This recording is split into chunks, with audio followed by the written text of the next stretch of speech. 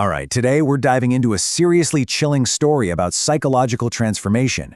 It's a dark journey that takes us from the very bottom of the corporate ladder to the absolute top of the food chain. And this really gets to the heart of it all. What actually happens when all the structures we rely on, offices, job titles, social status, what happens when they just disappear and the only thing left that matters is survival? Okay, so to really get this transformation, we've got to meet our protagonist, Linda. We first find her in a world that feels like it was literally designed to just crush her spirit, the soul-sucking Preston Corporation. And right off the bat, you can see how things are stacked. On one side, you've got Linda, 7 years of experience, a genius with numbers, but totally overlooked. And on the other side, Bradley, the new president who only got the job because, well, his dad owns the company. The scales aren't just unbalanced, they're completely rigged. And look, this wasn't just some abstract glass ceiling. No, this was a daily, in-your-face grind of humiliation. Her manager, Donovan, constantly stole credit for her work. She was openly mocked for tiny things. The promotion she was promised? Yeah, that went to Donovan's frat buddy. Bradley even made up a fake complaint just to force her out of the lunchroom. It's like they were systematically trying to break her. But then, everything changes. One single event is about to hit the ultimate reset button on this whole dynamic. And it all starts with a corporate retreat to Bangkok. So they're on the company plane, and that same arrogance from the office, it's on full display. The plane starts to shake, and what does Bradley do? He jokes about seatbelts. That one line, man, it just perfectly captures this whole vibe of entitlement that's about to get a serious reality check. And then, in an instant, bam, chaos. The plane depressurizes and people are getting sucked out. And in that moment of pure raw survival instinct, you see everyone's true colors. Her manager, Donovan, he doesn't try to help her. He tries to steal her seat. But Linda, wow, she doesn't panic. She acts. She stabs his hand with a fork, and just like that, he's gone. She's the one who keeps a cool head and actually gets out of the sinking plane. So once they're stranded on this island, that whole corporate playbook, it's straight in the trash. All those skills that mattered before, being charming, knowing the right people, they're completely useless now. A whole new food chain is about to get established, and it's based on one thing and one thing only. Can you survive? And this is where you see the tables turn like 180 degrees. Linda, it turns out, is a total survival buff. She gets right to work, building shelter, finding water, making fire, catching fish. And Bradley? He's just a burden. He's knocked out, injured, and when he does wake up, all he does is complain. He goes from being the president to being a complete liability in the blink of an eye. Now this next part, this is the real turning point. She goes on her first big hunt. She takes down a wild boar in this brutal, messy fight.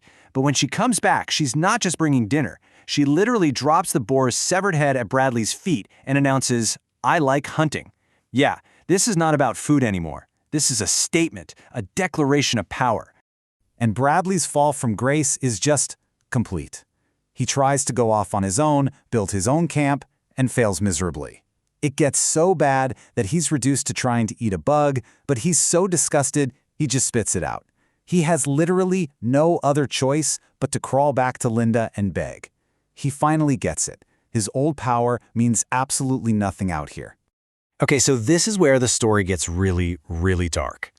Because you have to understand, Linda isn't just surviving at this point. She is thriving.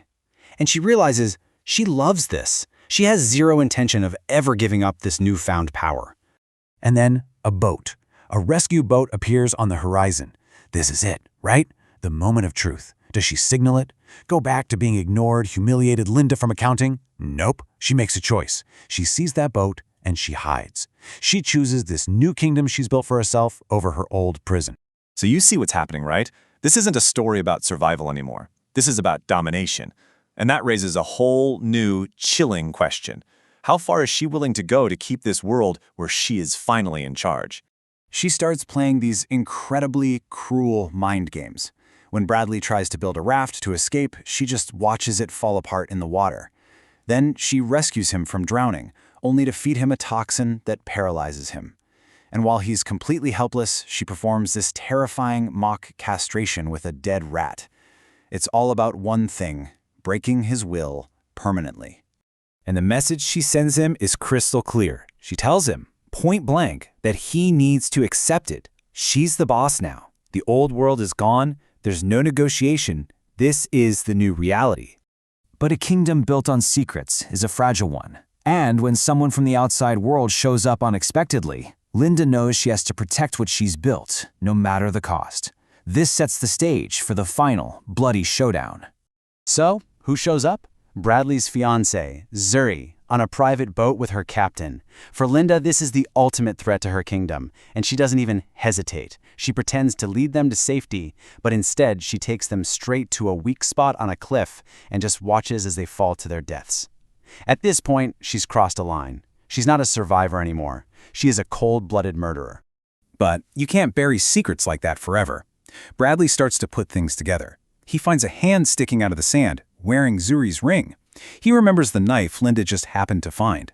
The pieces are clicking into place, and he's starting to realize the horrifying extent of her deception. And then, the final, mind-blowing twist, Bradley is running from Linda, and he stumbles upon a house. A fully stocked, modern vacation house. Linda knew about this the whole time. She didn't just hide from one rescue boat. She found this place and chose to keep the entire survival act going just to keep him under her thumb. So this is it, the final confrontation. And it's just pure manipulation on both sides. He comes to her, says, "I love you," but he's got a weapon hidden behind his back. He lunges, but he's no match for her. Not anymore. She's a seasoned killer now. She easily overpowers him and brutally beats him to death with a golf club from the house. And with that, the very last vestige of her old life is gone for good. So with every single witness silenced and her story perfectly rehearsed, Linda makes her triumphant return to civilization, and she returns not as a victim, but as a celebrated hero.